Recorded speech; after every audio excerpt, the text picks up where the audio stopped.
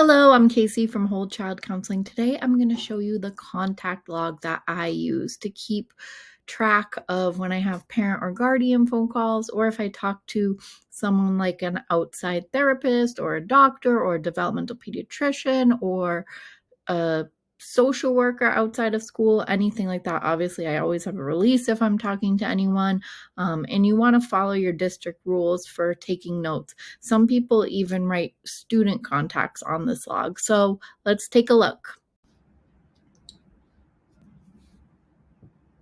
Let's take a look at our contact log. So the first thing we're going to do is just double click within this header, and where it says school year, we're just going to replace the year. And maybe you're not a counselor. Maybe you're a school social worker or a school psychologist or an SEL interventionist or an SEL coach. Whatever you are, you can put it there, a school adjustment counselor, whatever it is. The reason why this is important is because when you go to print this header will remain at the top of everyone. So you always want the year to be the same. And then we're going to go here, and this is just the title of the document, how it's stored in your Google Drive. So we're going to add the year. This helps us keep everything organized, and just contact log. Then you could go to File and Move, and you can move a copy of this into your organizational folder that you've already made in your Google Drive. The next thing that I want to look at is these tabs at the bottom. And the other thing is you can copy this header because it will be different for just double clicking and I'm hitting paste. You can right click and do paste. I'm doing Control V. It's there's a lot of tabs here. So you want to think about how you want this organized. And you do have directions here too, but you want to think about how you want this organized. So when I was doing this, I like to organize it by grade level. Maybe you do not have a huge caseload. Maybe you just cover certain classrooms. So you might rename this like, whatever, Mr. Brown's room or whatever, if you have certain things. But I like to do it like this. If you want to rearrange things, you can just pull the tabs like this. If you want to get rid of tabs, you could just right click and hit delete. If you want to add more tabs, you can right click and hit duplicate, and then it will say copy of, and you just right click and hit rename to change the name of that. But I'm gonna delete this one, right click, delete this one. You probably don't want to delete the directions because that has how to navigate everything in there. So that's how you customize it. So depending on your caseload, you might want grade level, you might want teacher. It really just depends how your job is split. But like I said, right click, duplicate to add more. And you want to figure out the tabs first before we start changing these things in here. And I showed you how to add more tabs. Okay, let's go back to kindergarten 1. So to customize the teacher drop-down menu, what you're going to do is at the top box, you're going to click this little drop-down arrow, and then you're going to click the pencil, which is the edit button. And over here on the right-hand side, you'll see the drop-down. So this is where,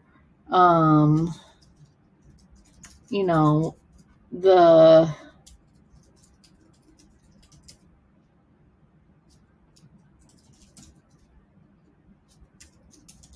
my teachers are all named Flowers, I guess.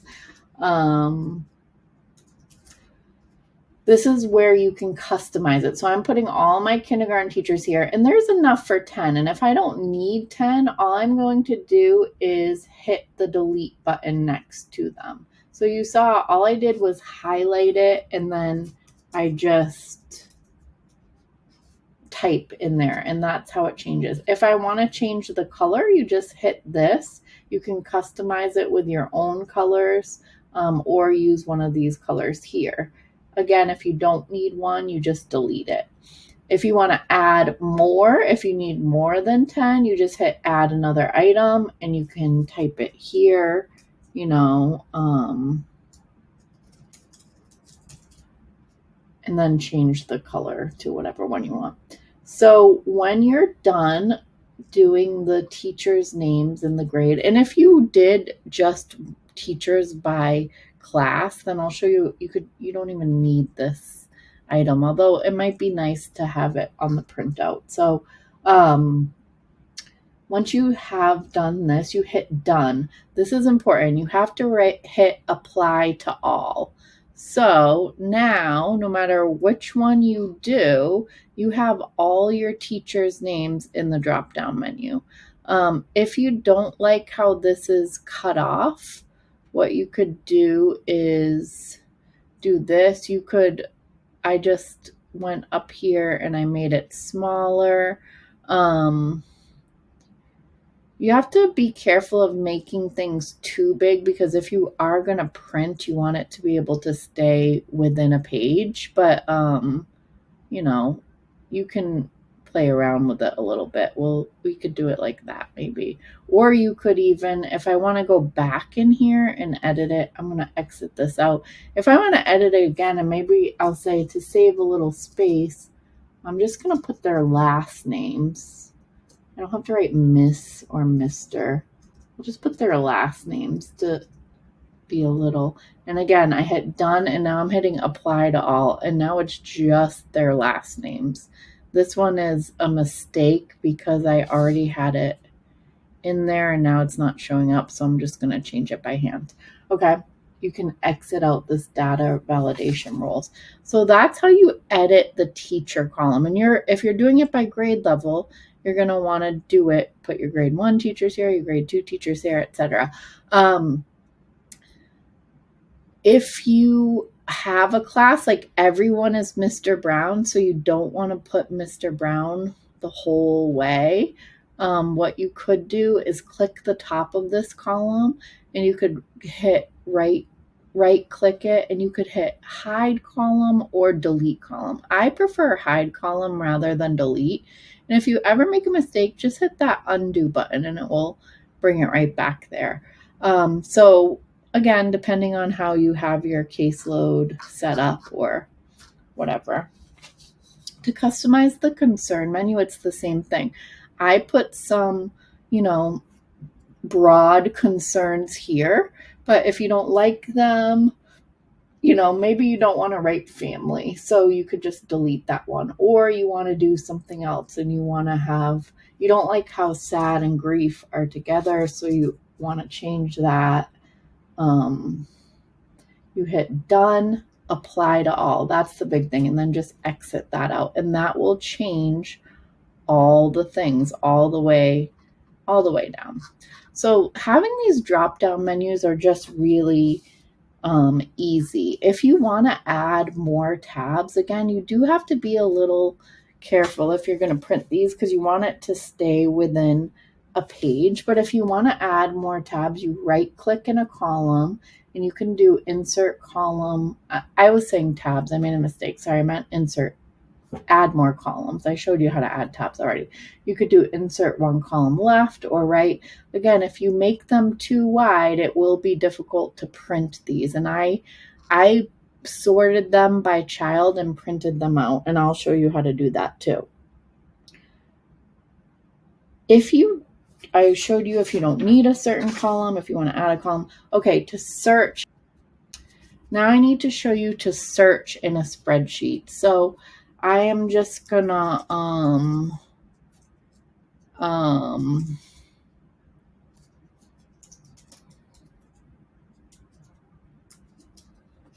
just write some random things here. I don't know why I keep thinking Apple Jacks. Maybe I'm hungry.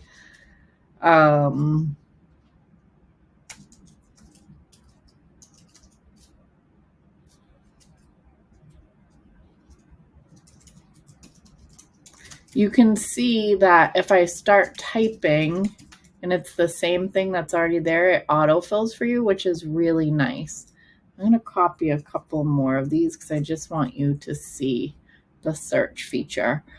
So again, if I was doing notes for kids, I would do the date. And if you want to make these a little bigger, you can. The teacher, the contact, this would be the person, that I spoke to. The note here, spoke to Miss Smith by phone regarding math concerns, whatever. I don't know what I spoke to them about. So if you want to search, there's a couple ways to do this. Oop, I made a mistake, so I'm just hitting that undo button. So you can hit Command F if you're on a Mac or Control F if you're on my little recorder bar is covering that up if you're on a Windows.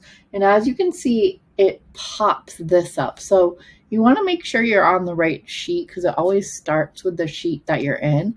But I'm going to put Bobby.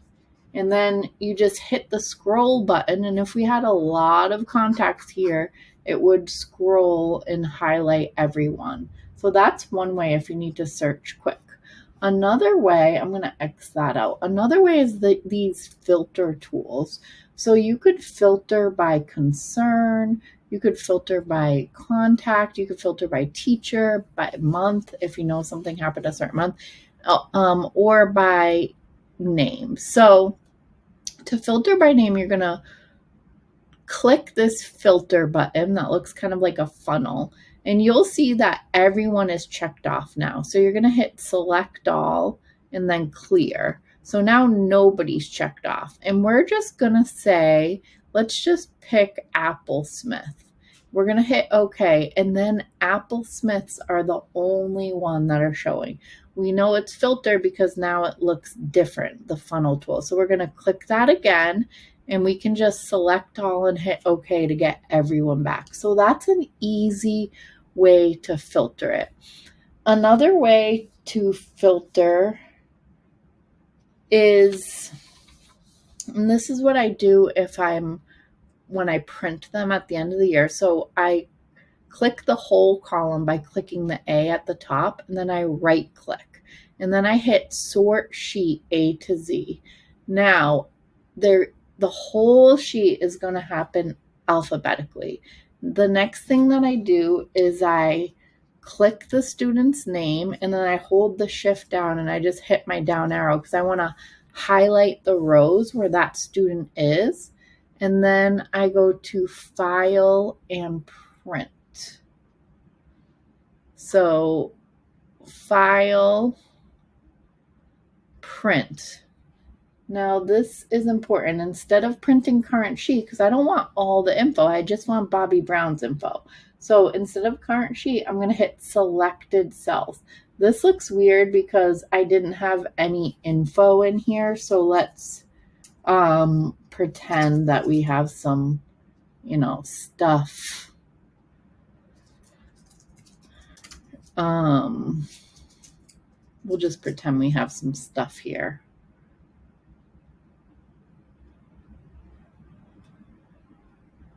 I'm just doing randomly. Okay, so again, let me show you that again. I'm clicking the name that I want. I'm hitting shift and the down arrow. So all the rows with that child are highlighted. I go to File, Print, and then instead of current sheet, I hit selected cells. This allows me to print, even if it goes on multiple pages, which it often does, it allows me to print only one child's info at a time. And as you can see, we have that header on top, and you'll have everything. They'll be in order that they happen. And then if you have a folder, you can just plop it in there. Of course, you want to follow your district's rules for, what they want you. Maybe they don't want you to categorize things. Maybe they don't want you to have a lot of detail. But a lot of times, as counselors, we need to write a little something to jog our memory down. So if you have a lot of text, I'm just writing a lot of text is here. This is wrapped currently, but I want to show you how to wrap text. So click the column, and this will probably most often happen in the notes section. For some reason, if you're doing it and it's like cut off, you just click the top of the column. This is called text wrapping. And what we want is the middle one. We want it wrapped because we want all the words to show. So if your thing is getting cut off, just click the column and text wrap. You can even, if you had something smaller, I think this will work for drop down. I'm not entirely sure. Yeah, it does. It kind of looks a little weird, but so I'll just hit the undo button. But that's text wrapping if it's getting cut off. So you learned how to sort alphabetically by student, to print the log by each student's name, to wrap text. If you make a mistake, always the undo button. You can also use Command Z or Control Z. And if you want to recover an older version of the file, you can do this. This is one of the things I love about Google. Go to File and then Version History and see the version history, and you can actually restore an older version, like if there's some mistakes or something on here. So I hope you found this helpful. I keep this up right up so I can quickly jot things down. It's so simple. I love the auto fill, like, I just type a few letters and the rest of the kids' names there. The drop down menus just make things so simple and easy. This tool, I started this job so long ago that I used to handwrite every single thing, and doing it electronically just makes everything so much better. But remember, you do have to go through and change the teachers, or if you don't like the concerns and you want to update those there for each of the tabs that you clicked. And if you have any questions, go to the directions and you've got all the directions how to do everything there. I can't wait to hear what you think of these.